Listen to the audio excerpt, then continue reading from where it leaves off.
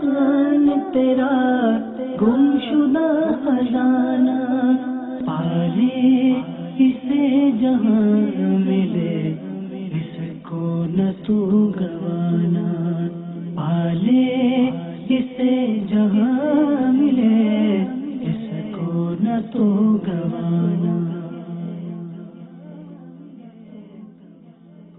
الحمد للہ رب العالمین والصلاة والسلام علی سید الانبیاء والمرسلین، اما بعد فاعوذ باللہ من الشیطان الرجیم، بسم اللہ الرحمن الرحیم، الصلاة والسلام علیک یا رسول اللہ وعلی آلک واصحابک یا حبیب اللہ، الصلاة والسلام علیک یا نبی اللہ وعلی آلک واصحابک یا نور اللہ۔ نبی رحمت، شفیع امت، مالک جنت، سراپا رحمت صلی اللہ تعالی علیہ وآلہ وسلم کا فرمان عالی شان کا مفہوم ہے کہ تم اپنی مجلسوں کو مجھ پر درود پاک پڑھ کر آراستہ کرو، کیونکہ تمہارا یہ درود پاک پڑھنا بروز قیامت تمہارے لیے نور ہوگا۔ صلو علی الحبیب صلی اللہ تعالی علی محمد وعلی آلہ واصحابہ وبارک وسلم۔ سلسلے کی اگلی ایپیسوڈ لے کر آپ کی خدمت میں دوبارہ حاضر ہیں، اور الحمدللہ ہماری سعادت ہے دارالفتہ اہل سنت کے مفتی صاحب بھی جلوہ فرما ہیں، اور انشاءاللہ عز و جل ان سے ہم علم و حکمت سے مالا مال مدنی پھول حاصل کرنے کی کوشش کریں گے۔ اہلاً و سہلاً و مرحباً۔ آپ کو یاد ہوگا مدنی چینل کے ناظرین، پچھلے سلسلوں میں ہم نے تقوی کی بات کی ہے، رمضان المبارک کے حاصل کی بات کی ہے، اور روزے شریف کی حاصل جو ہے اس کا کہ ہمیں کس چیز کو ٹارگٹ کرنا چاہیے، روزے کی ایکٹیویٹی سے، رمضان المبارک کی اپرچونٹی سے، رمضان المبارک کا جو یہ سنہری موقع ہمیں ملا ہے اس سے فائدہ اٹھانے کے لیے ہمیں کس چیز کو ٹارگٹ کرنا چاہیے، یہ ہم پچھلے سلسلوں میں اس پر بات کر چکے ہیں۔ ذہن سازی الحمدللہ مفتی صاحب نے ہماری بہت پیاری کی تھی۔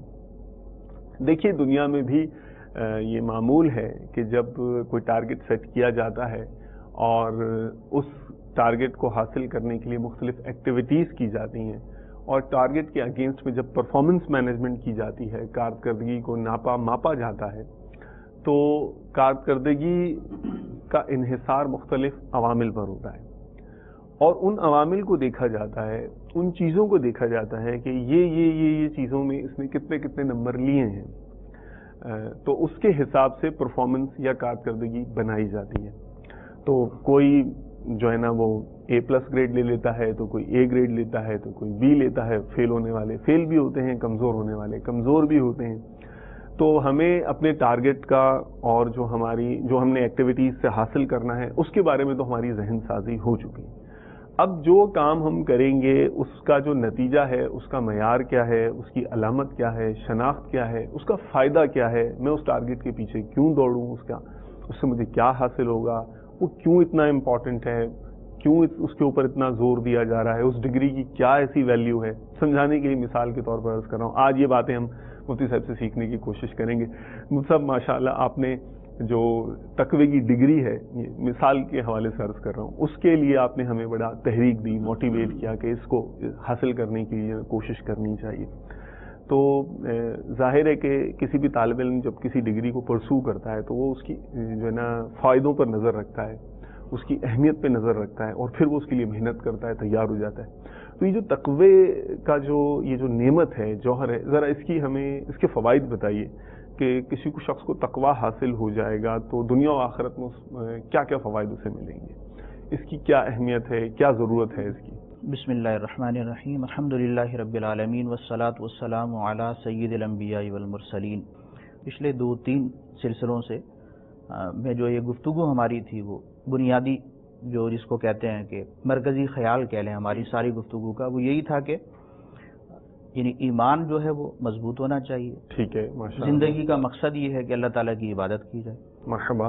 اور روزوں کا بھی ذکر آیا رمضان کی مناسبت سے۔ جی روزوں کے اندر جو حکمت ہے اور روزوں سے جو ہمیں حاصل کرنا چاہیے آخری سلسلے میں، اس میں یہ بھی پتہ چلا تھا کہ روزوں سے مقصود کیا ہے؟ تقوی، پرہیزگاری والی زندگی۔ دنیا کے اندر مسلمان کو پرہیزگاری کے ساتھ زندگی گزارنی چاہیے، اور روزوں سے بھی یہ مقصود ہے کہ مسلمان پرہیزگار بن جائے۔ مرحبا۔ دیگر عبادات کے حوالے سے بھی قرآن کریم کی آیات ہیں مطلقاً، اسی طرح نماز کے حوالے سے بھی تھا۔ ٹھیک۔ تو یہ تو ہوا کہ زندگی کا مقصد ہے عبادت ٹھیک۔ اور اعمال صالحہ، اس کا نتیجہ ہے تقوی، اور تقوی اس لیے ضروری ہے تاکہ ہم آخرت میں فلاح و کامرانی حاصل کریں۔ اس پر پہلے بھی کلام ہو چکا تھا، تو اس اعتبار سے بھی ایک تو تقوی کی جو اہمیت ہے اور ضرورت ہے، اس کی جو حقیقت ہے وہ واضح ہو کے سامنے آتی ہے۔ مزید یہ کہ بزرگوں کے اقوال، ٹھیک ہے، اس کے اندر جب وہ ہم نظر کرتے ہیں، غور کرتے ہیں، تو اس سے بھی تقوی کی جو اہمیت ہے نا مسلمان کی زندگی میں، اور خاص طور پہ اخروی زندگی کی کامیابی کے لیے، وہ بڑی نکھر کے سامنے آتی ہے۔ ایک بزرگ کا قول ہے، آپ فرماتے ہیں کہ دنیا کی مثال سمندر کی طرح ہے۔ اوکے، یہ مثال بھی یاد رکھ لیں گے تو ہمیں دونوں تینوں چیزوں کا جو وہ ہے نا کیا کہتے ہیں، فلسفہ کہہ لیں اس کو، دونوں تینوں چیزوں کی حقیقت، دنیاوی زندگی کی بھی، آخرت کی بھی، اس لیے کہ مسلمان صرف دنیاوی زندگی کے اعتبار سے ہی وہ نہیں دیکھتا، اس کا مطمع نظر تو آخرت ہوتی ہے۔ تو اب دنیا کی زندگی کی حقیقت انہوں نے یہ بیان کی کہ دنیا کی مثال ایسی ہے جیسے سمندر ہے، ٹھیک ہے، اور ایک سمندر کا کنارہ ہوتا ہے، ساحل ہوتا ہے، اوکے، وہ ہے آخرت۔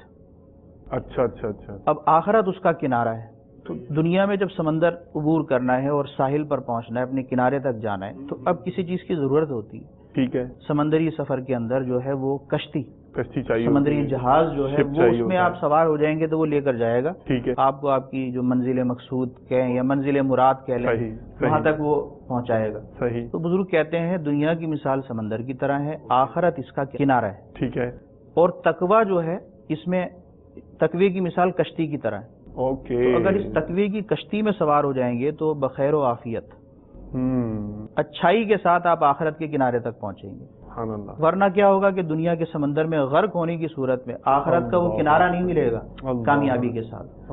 تو یہ ایک مسلمان کو جو ہے وہ اپنی دنیا کی زندگی کی حقیقت بھی سمجھنی چاہیے، آخرت پر نظر رکھنی چاہیے، آخرت تک جانا ہے، اس کا ذریعہ کیا ہے؟ تقوی و پرہیزگاری والی زندگی۔ قرآن کریم کے اندر اللہ سبحانہ و تعالیٰ کا فرمان، ان اکرمکم عند اللہ اتقاکم، بے شک اللہ تعالیٰ کے نزدیک جو ہے وہ زیادہ معزز تم میں سے وہ ہے کہ جو زیادہ پرہیزگار ہے۔ تو کس کی خواہش نہیں ہوتی کہ اللہ تعالیٰ کا قرب مجھے مل جائے، اللہ تعالیٰ کے نزدیک مجھے جو ہے وہ کوئی مرتبہ، کوئی مقام وہ مل جائے۔ تو اللہ تعالیٰ کی قرب کی علامت اور نشانی اور دلیل کیا ہے؟ وہ تقوی ہے۔ تو جتنا زیادہ متقی ہے وہ اللہ تعالیٰ کے نزدیک اتنا زیادہ معزز ہے۔ مرحبا۔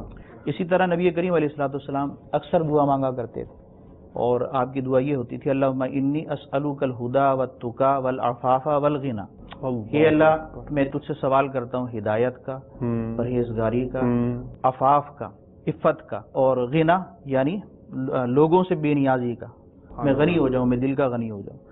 تو یہ دعا بار بار کی جاتی تھی۔ اسی طرح قرآن کریم کی ایک آیت مبارکہ ہے، ان اللہ یحب المتقین، کہ بے شک اللہ تعالیٰ متقین سے محبت فرماتا ہے۔ ٹھیک۔ تو کس کا دل نہیں چاہتا؟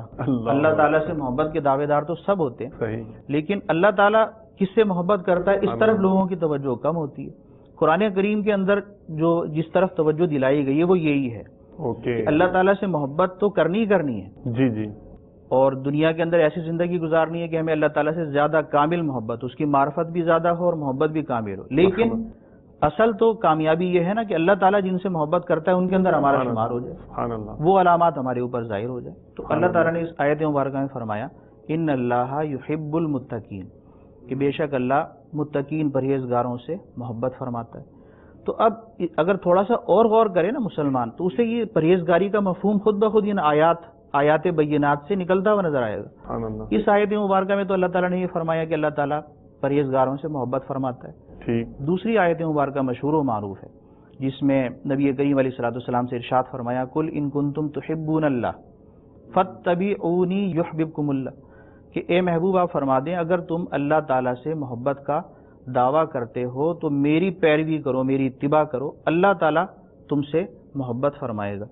تو اس کا مطلب یہ ہوا کہ رسول اکرم نور مجسم صلی اللہ تعالی علیہ وسلم کی اتباع میں، اطاعت میں، ان کی پیروی میں زندگی بسر کرنا، یہ حقیقت میں تقوی ہے۔ مرحبا۔ جس طرح وہاں اتباع کرنے والے کو یہ فرمایا گیا کہ اللہ تعالیٰ ان سے محبت کرے گا، اللہ تعالیٰ ان سے محبت کرتا ہے، اسی طرح اس آیت کو ساتھ میں لائیں، ان اللہ یحب المتقین، تو معلوم یہ ہوا کہ نبی کریم علیہ الصلوۃ والسلام کے سچے پیروکار، آپ کی سچائی کے ساتھ اطاعت اور اتباع کرنے والے متقی ہیں، اور متقیوں سے اللہ تعالیٰ محبت کرتا ہے، آپ کی پیروی کرنے والوں سے اللہ تعالیٰ محبت کرتا ہے۔ تو مسلمان کی زندگی میں بہرحال تقوی کی اہمیت بہت زیادہ ہے۔ ماشاء اللہ۔ اچھا مفتی صاحب، یہ آپ نے بہت پیارا آخر میں جو مدنی پھول دیا ہے کہ جو ہے نا وہ حقیقتاً جو سنت رسول صلی اللہ علیہ وآلہ وسلم پر عمل کرنے والے لوگ ہیں وہی متقی ہیں۔ عموماً تحریروں میں اور جو مضامین ہیں اس میں جو یعنی دین سے اتنے زیادہ قریب لوگ نہیں بھی ہوتے اور وہ اپنے تئیں چند مضامین پڑھ کر سمجھتے ہیں کہ بہت زیادہ ان کو معلومات جمع ہو گئی ہیں، تو اس قسم کی تحریرات تو وہ ان کی نظروں سے بھی گزر جاتی ہیں کہ کالے کو گورے پر، گورے کو کالے پر کوئی فضیلت نہیں ہے۔ حجۃ الوداع کا خطبے میں جی ہاں تو یہ مضامین ملتے ہیں تحریروں میں، عربی کو عجمی پر، عجمی کو عربی پر، اور تقویٰ اور جو پرہیزگاری ہے وہی اللہ تبارک و تعالیٰ کے نزدیک جو ہے نا درجات کی بلندی کا یا حصول کا جو ہے وہ سبب بنتا ہے۔ تو یہ اس طرح کی باتیں تو ذہن میں ہوتی ہیں، لیکن اس سے جو ہے نا تقوی کا جو مبہم تصور ایک ان کے ذہن میں ہو جاتا ہے، اور اگر کسی سے پوچھا جائے کہ اچھا یہ جو یہ سارا ہے بتائیں آپ کو تقوی کے بارے میں یہ باتیں، لیکن تقوی ہے کیا، آپ سمجھتے کیا ہے تقوی ہونا چاہیے، آپ نے اپنی بات کے حوالے سے اس کو کوٹ بھی کر دیا، اور بظاہر دیکھا جائے تو ان کی ذات سے تقوی جھلک رہا ہے یا چھلک رہا ہے، یہ ایک الگ ہی جو ہے نا معاملہ ہوگا۔ تو ہمیں یہ سمجھائیے کہ تقوی ہے کیا اصل میں، تعریف اس کی کیا ہے، اور اس میں جو آپ نے ماشاءاللہ سینٹرل آئیڈیا تو بتا دیا کہ حقیقتاً جو سنت رسول پر عمل کرے وہی متقی ہے، تو اس کو تھوڑا میں چاہوں گا کہ اس کانسیپٹ کو تھوڑا اور وضاحت کے ساتھ، شرح کے ساتھ آپ ہمیں سمجھائیے تاکہ تصور جو ہے اس کی تعریف وہ ہمارے دماغ میں بیٹھ جائے۔ ہمارے سلسلے کا عنوان ہی یہ ہے علم و حکمت کی باتیں۔ جی اب دین کی باتوں کے اندر جو چند چیزیں ہیں نا مسلمان کے حوالے سے، تو انہی پر جتنی زیادہ گفتگو ہوتی ہے اور اس کے بارے میں قرآن و حدیث کا جتنا مطالعہ کیا جائے گا، اور قرآن و حدیث سمجھنے والے اور سمجھ کر عمل کرنے والے جو بزرگان دین ہیں ان کے اقوال کا، ان کے افعال کا، ان کے افکار کا، ان کے اعمال کا جائزہ لیا جائے گا، تو ہمیں سیدھی راہ جو صراط مستقیم ہے نا بہت واضح ہو کے سامنے آتی رہے گی۔ لیکن معاملہ یہی ہوتا ہے جو آپ کہہ رہے ہیں کہ غور کرنے کی کمی ہے۔ الگ الگ تو بعض معلومات ہمیں مل جاتی ہیں، کچھ علم تقوی کے بارے میں، تقوی یہ ہے، فلاں یہ ہے، فلاں یہ ہے، لیکن عملی اعتبار سے جب ہم جاتے ہیں زندگی گزارنے کے طور پر عمل کرتے ہیں تو اس وقت وہ ساری باتیں صحیح معنوں میں ہمارے ذہن میں جو ہے رچی بسی نہیں ہوتی۔ تو اس لیے بھی یہ ساری گفتگو جو ہماری ہو رہی ہے وہ زیادہ اہم ہے کہ ان سب باتوں کو ملا کر دیکھا جائے۔ اب تقوی کی کوئی علامت ہونا یہ چاہیے کہ جب تقوی کی فضیلت، اس کی اہمیت، ضرورت، اس پہ کلام ہو گیا، اور یہ ہر مسلمان عام طور پہ جانتا ہی ہے، قرآن کریم کے متعدد آیات ہیں، وہ بزرگ کا قول بھی میں نے آپ کو بتایا۔ تو اب اس کے بعد کوئی نہ کوئی تقوی کی تعریف، پرہیزگاری کا مفہوم، اس کی کچھ علامت، اس کے کچھ درجات، یہ جب تک جانیں گے نہیں نا تو عمل نہیں کر پائیں گے صحیح معنوں میں۔ ٹھیک ہے، اور پھر آئیڈینٹیفائی بھی نہیں کر پائیں گے کہ بھئی میں یا فلاں شخص متقی ہوا یا نہیں، اپنے عمل کا جائزہ کیسے لیں؟ اور یہ باتیں اصل میں سننے سنانے کی ہے ہی نہیں، یعنی دین ہمارا عمل کرنے کا نام، پتہ چلا باتیں بہت ساری کی ہیں اور نہ اپنے عمل کو درست کرنا ہے، نہ اپنے عمل کا محاسبہ کرنا ہے، نہ اس کو جو ہے وہ اس کو بہتر سے بہتر بنانے کی کوشش کرنی ہے، تو پھر یہ باتیں بہرحال فائدے سے خالی ہو جاتی ہیں۔ تو اب ایک تو یہ کہ تقوی کی کا مفہوم کیا ہے، مطلب کیا، یہ واضح ہو جائے۔ حضرت عمر فاروق رضی اللہ تعالیٰ عنہ، فاروق اعظم رضی اللہ تعالیٰ عنہ، خلیفہ ثانی ہے، آپ نے کعب الاحبار رضی اللہ تعالیٰ عنہ جو مشہور و معروف صحابی گزرے، ان سے یہ سوال کیا تھا کہ تقوی کیا ہے۔ تو انہوں نے جو ہے اس سوال کے جواب میں فاروق اعظم سے سوال کیا کہ کبھی تم خاردار رستے پر سے گزرے ہو؟ تو فاروق اعظم رضی اللہ تعالیٰ نے جواب دیا کہ جی ہاں۔ تو پھر دوسرا سوال بھی انہوں نے کیا، کیسے گزرے ہو؟ یعنی جب ایسی جھاڑیاں ہوتی ہیں جس میں سے کانٹے نکلے ہوئے ہوں۔ اب کئی لوگ گزرتے ہیں، عام طور پر جو دیہاتوں میں یا جنگلات والے رستے پر جانے والے لوگ ہوتے ہیں انہیں اس کا جو ہے آئیڈیا ہوتا ہے۔ اب وہ جھاڑیاں نکلی ہوئی، اس کے اندر کانٹے ہیں، چھوٹی چھوٹی پگڈنڈیاں بنی ہوئی ہیں، تو اس پر کیسے چلتے ہیں؟ ٹھیک ہے۔ تو یہ جب سوال دوبارہ کیا انہوں نے کیسے چلتے ہیں، تو فاروق اعظم رضی اللہ تعالیٰ عنہ کا جواب ظاہر بات ہے بالکل واضح تھا، کیسے چلا جاتا ہے؟ آپ نے فرمایا کانٹوں سے بچتے ہوئے اور اپنے کپڑوں کو سمیٹتے ہوئے احتیاط کے ساتھ چلنا پڑتا ہے۔ اگر کپڑوں کو بھی نہیں سنبھالا اور تھوڑا سا بھی ڈس بیلنس ہوئے تو کیا ہوگا؟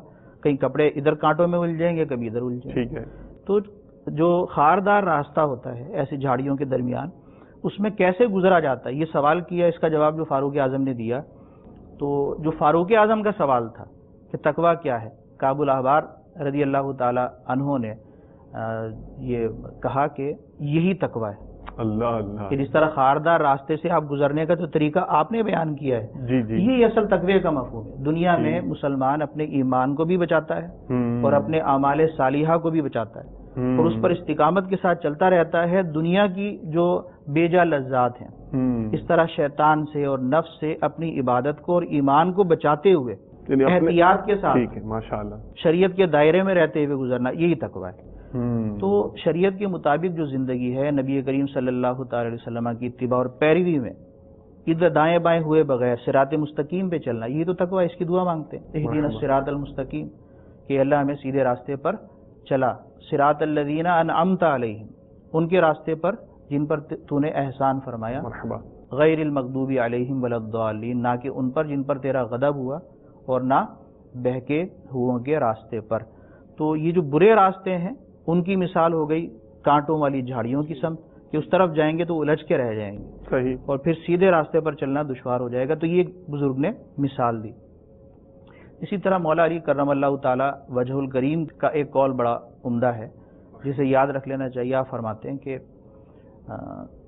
معصیت پر اصرار سے باز آنے کا نام، یہ پہلے بھی شاید سلسلے میں کہیں ہم نے اس پر گفتگو کی تھی، معصیت پر اصرار سے باز آنے کا نام، یعنی معصیت مسلسل کرنا بغیر توبہ کے، گناہوں کو انہماک سے کرنا، توبہ نہ کرنا، اور عبادت پر فخر و ناز سے باز آنے کا نام تقویٰ ہے۔ مرحبا، یعنی گناہوں سے بھی بچیں، آپ ہو جائے تو فوراً توبہ کریں، سچی توبہ، اور عبادت اگر کریں تو اس پہ ناز نہ کریں، فخر نہ کریں، خود پسندی کا شکار نہ ہو، رب تعالیٰ کی توفیق اسے سمجھے اور عاجزی اور انکساری اپنے اندر پیدا کرے، اس طرح زندگی گزارنے کا نام یہ تقویٰ ہے۔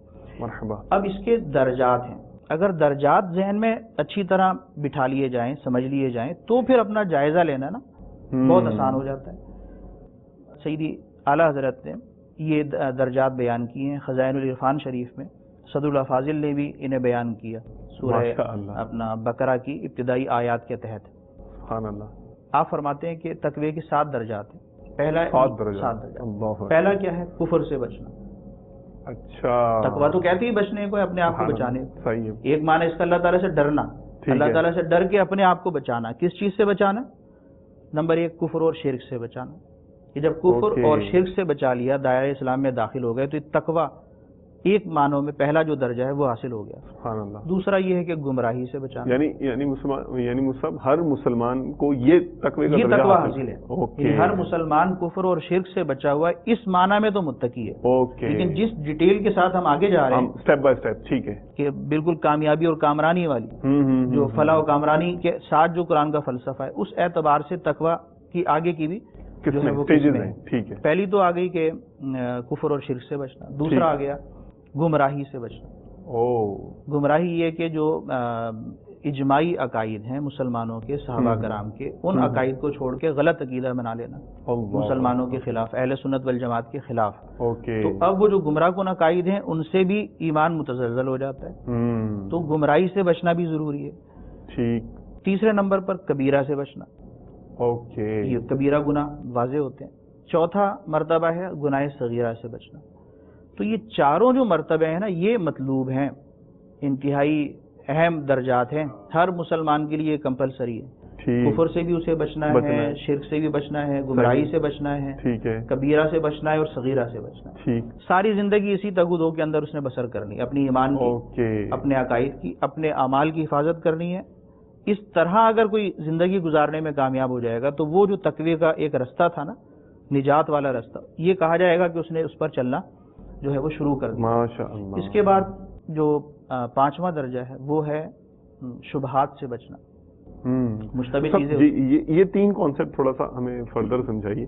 ایک تو کبیرہ سے بچنا، یہ یعنی کبیرہ کیا ہے، صغیرہ سے بچنا آپ نے فرمایا، صغیرہ کیا ہے، تھوڑا 1-2 مثالیں دے دیں، اور پھر شبہات کی طرف اگر۔ کبیرہ اور صغیرہ گناہ کے بارے میں تو کچھ یعنی وہ کافی اقوال ہیں۔ مشہور قول یہ ہے کہ جس گناہ پر عذاب کی وعید ہے، جس گناہ پر عذاب کی وعید ہے وہ کبیرہ ہے، اور جس پر ایسی وعید قرآن و حدیث میں نہ آئی ہو وہ صغیرہ ہے۔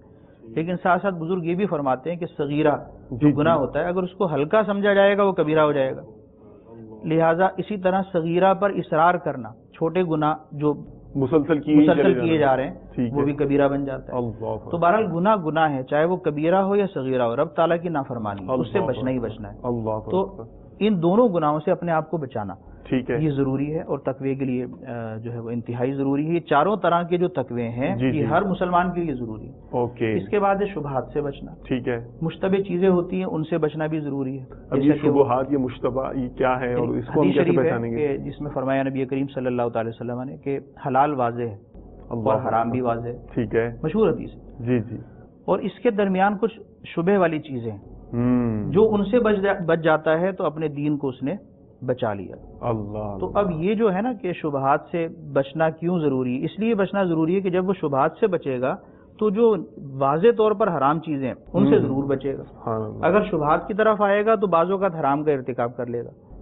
تو شبہات سے بچنا اپنے دین کے اندر محتاط ہونے کی دلیل ہے، کہ جو اپنے دین کو زیادہ اس میں احتیاط کرتے ہیں، اپنے اعمال کا تحفظ جن کا مقصد ہوتا ہے، وہ شبہات سے بھی بچتے ہیں کہ کہیں شبہات کے قریب جائیں گے تو ایسا نہ ہو کہ ناجائز میں پڑ جائیں. عام طور پر لوگ اس طرف توجہ نہیں دیتے اور وہ بہت چھوٹی چھوٹی جگہوں پر اور معاملات پر وہ جانے میں، مشتبہ جگہیں ہوتی ہیں جہاں گناہ ہوتے ہیں، وہ سوچ لیتے ہیں کہ ہم تو بچ جائیں گے جناب.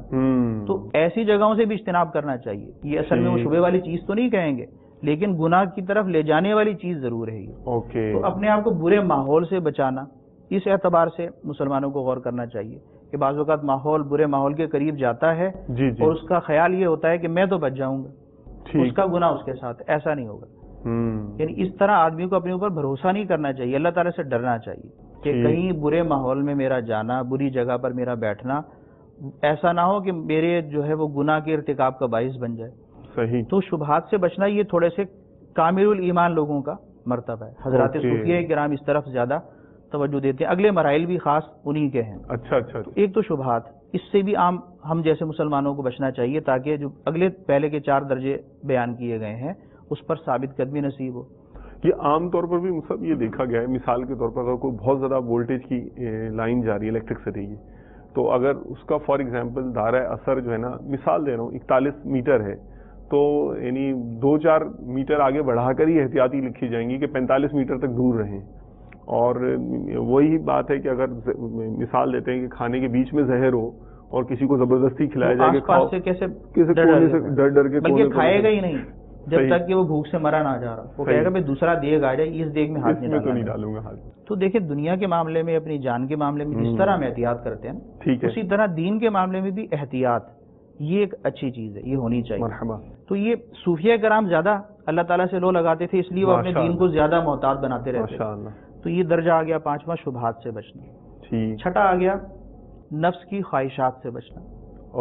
اب نفس کی جو خواہشات ہوتی ہے نا، ہر خواہش گناہ نہیں ہے، لیکن نفس کی خواہشات کے اندر آدمی جب منہمک ہو جاتا ہے تو بعض اوقات یہ گناہوں کا ذریعہ بن جاتی ہے. عادت ایسی ہو جائے گی کہ ہر نفس کی بات پوری کرنی ہے، اور جب بھی وہ مطالبہ کرے گا پوری کریں گے. صحیح ہے. تو بعض اوقات پھر صبر کرنا دشوار ہو جائے گا. جب شریعت کہے گی یہ چھوڑو تو پھر کیسے چھوڑا جائے گا؟ کنٹرول کے طور پہ روزے بھی لے لیں. جی. یعنی عام طور پر جیسے لوگ ایک کھانا وغیرہ کھاتے ہیں، پانی پیتے ہیں، اپنی زندگی کو برقرار رکھنے کے لیے دوسرے کام کاج کے اندر مشغول ہو جاتے ہیں. بعض ایسے لوگ بھی ہوتے ہیں جو کھانا پینا ہی ان کی زندگی ہوتی ہے. یعنی اگر وہ کھائیں پیئیں گے نہیں تو وہ ایک دم مرجھا جائیں گے، ان کے چہرے جو ہے نا. تو ایسے لوگوں کے لیے روزہ رکھنا کتنا دشوار ہے.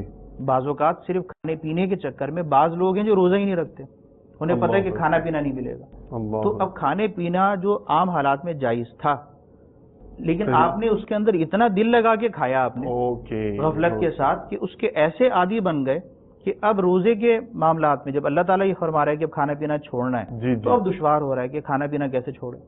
طبیعت خراب ہو رہی ہے، دل نہیں لگ رہا، ذہن کے اندر پریشانی پیدا ہو گئی ہے. تو وہ جو چکر ہے نا کہ خواہشات کی طرف زیادہ جانا، نفس کی خواہشات زیادہ پوری کرنا، اس سے یہ ہوتا ہے کہ جب دین ان خواہشات کو چھوڑنے کا کہتا ہے تو پھر صبر کرنا دشوار ہو جاتا ہے. ٹھیک ہے. بزرگ اپنی تربیت کے لیے کیا کرتے تھے کہ نفسانی جو خواہشات ہوتی تھیں ان کے اندر بھی ایک حد تک جو ہے وہ اس سے بچا کرتے تھے. یعنی انہماک سے بچنا. ایسا نہیں کہ نفس کی کوئی بھی خواہش کبھی بھی پوری نہ کرنا، یہ نہیں ہے. کبھی پوری کر دی ہے لیکن اس کے عادی نہیں بنتے. نفس کی بات ماننے والے وہ بندے نہیں کہلاتے.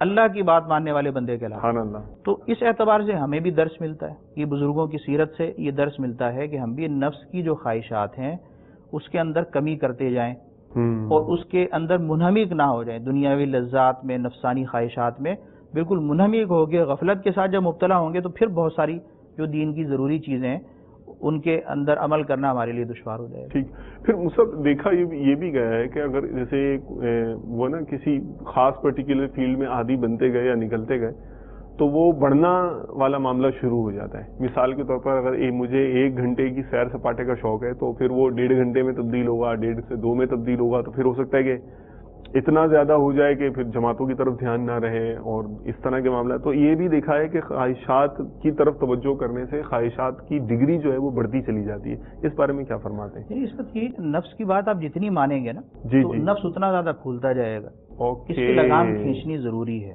جس کو ہم تزکیہ نفس کہتے ہیں نا۔ جی جی تزکیہ نفس، تہذیب اخلاق، یہ 2-3 الفاظ ہم نے سنے ہوئے ہیں، یعنی اچھے اخلاق اپنانا، برے اخلاق سے اپنے آپ کو بچانا۔ تو برے اخلاق کون سے ہوتے ہیں؟ ایک تو گناہوں بھرے برے اخلاق ہوتے ہیں، صحیح، اور ایک یہ بھی برائی کا ذریعہ بنتے ہیں، نفسانی خواہشات۔ تو تزکیہ نفس بھی ضروری ہے اور تہذیب اخلاق بھی ضروری ہے، اوکے، تبھی دین پر چلنا آسان ہوتا ہے۔ ٹھیک، یعنی اپنے اندر اچھے اخلاق پیدا کیے جائیں، اچھے اوصاف پیدا کیے جائیں، اور جو بری عادتیں ہیں جی جی ان سے اپنے آپ کو، برے ماحول سے بھی دور رہنا ہے، اپنے اندر جو بری عادتیں ہیں نفس کی جی جی ان کو بھی ایک ایک کر کے کم کرنا ہے۔ جب ٹھیک، اس طرح نفسانیات کے اوپر آپ جو ہے وہ اپنا بالکل روک لگا دیں گے اور نفس کو بری عادتوں کے ساتھ ساتھ اچھی عادتوں کے بہانے سے جو بری عادتوں کی طرف لے کے جاتا ہے اس میں بھی کمی کرتی جائیں گے، اور نظر یہ رکھیں گے کہ یہ کہیں ایسا نہ ہو کہ ہم عادی بن جائیں اور نفس کی بات ماننے سے خواہشات کے عادی بن کے کہیں برائی کی طرف چلے جائیں۔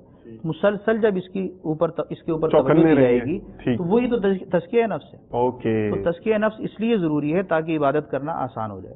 اگر ان چیزوں میں الجھیں گے تو وقت بھی ضائع ہوگا، بری اور فضول عادتوں کا آدمی شکار ہو جائے گا، پھر عبادت کرنا اس کے لیے دشوار ہوگا۔ اوکے، اور ابھی ہماری ساری گفتگو پچھلے سلسلوں سے یہی چل رہی ہے کہ عبادت کیسے آسان کیسے ہوگی، اور عبادت سے فائدہ کیا ہوگا۔ تو عبادت سے فائدے کا تو آج موضوع ہے ہمارا، جی ہاں، تقویٰ۔ اور اسی سے بات آئی تھی اور کہ عبادت آسان کیسے ہوگی وہ اگلے موضوعات کے اندر ہمارے آ جائے گی۔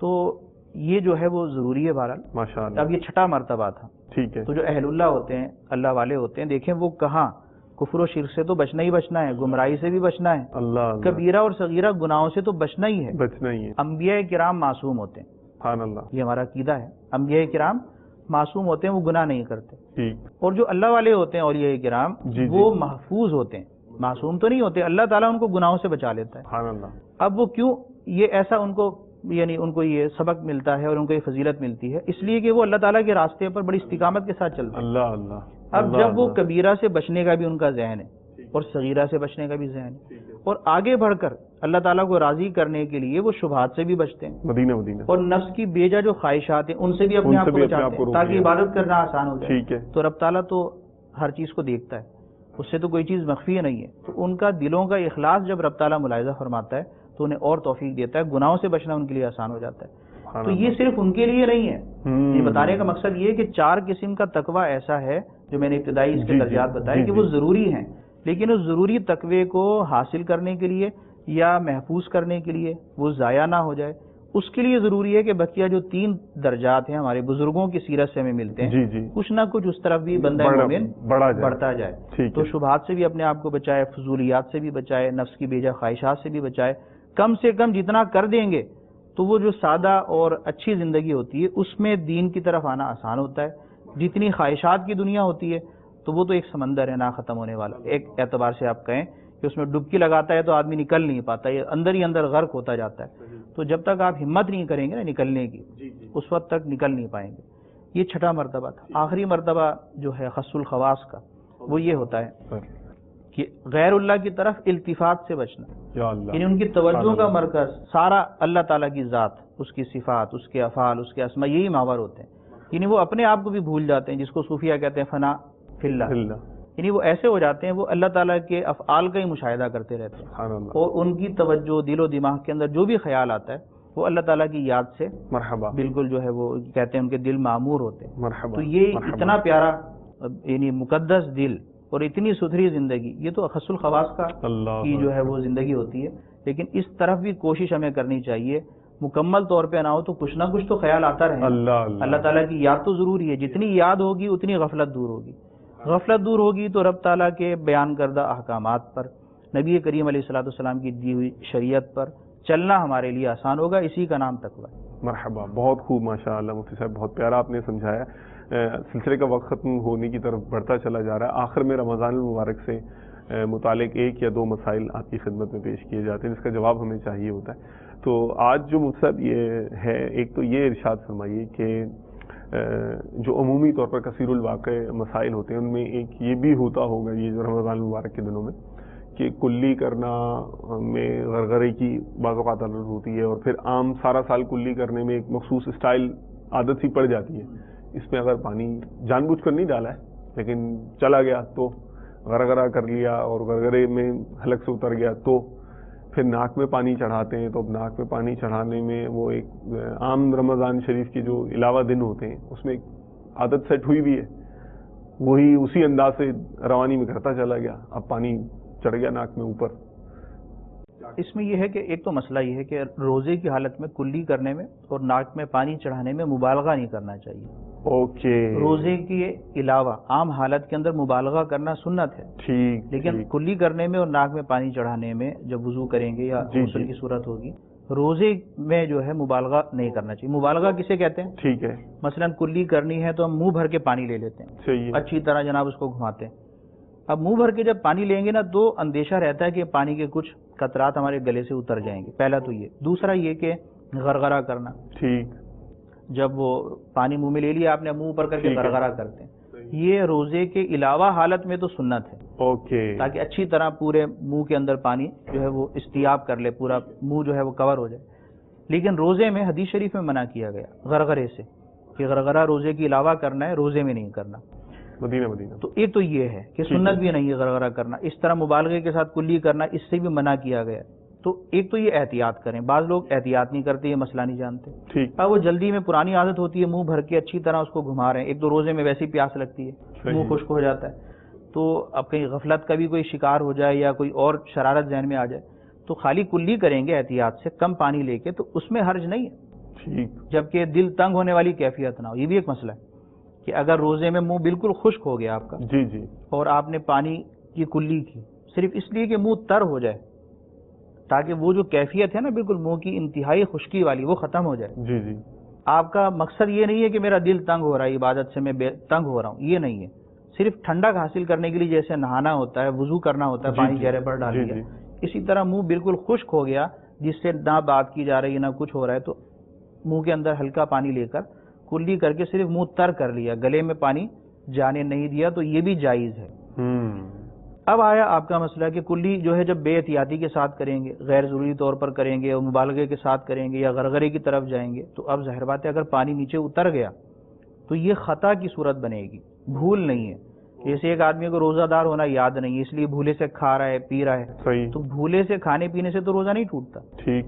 لیکن یہ جب کلی کی ہے اور پانی نیچے اتر گیا ہے، روزہ دار ہونا اگر اسے یاد ہے کہ میں روزہ دار ہوں، اب غلطی ہوئی، اس سے خطا ہوئی، تو اس خطا کی صورت میں اگر پانی گلے سے نیچے اترے گا یا ناک سے آپ نے زیادہ اوپر کھینچا اور وہ دماغ میں اور گلے میں اتر گیا تو اس سے روزہ ٹوٹ جائے گا. لہٰذا کلی کرنے میں اور ناک میں پانی چڑھانے میں مبالغے سے بچنا چاہیے، روزے میں احتیاط کو ملحوظ رکھنا چاہیے. ماشاء اللہ. ٹھیک ہے.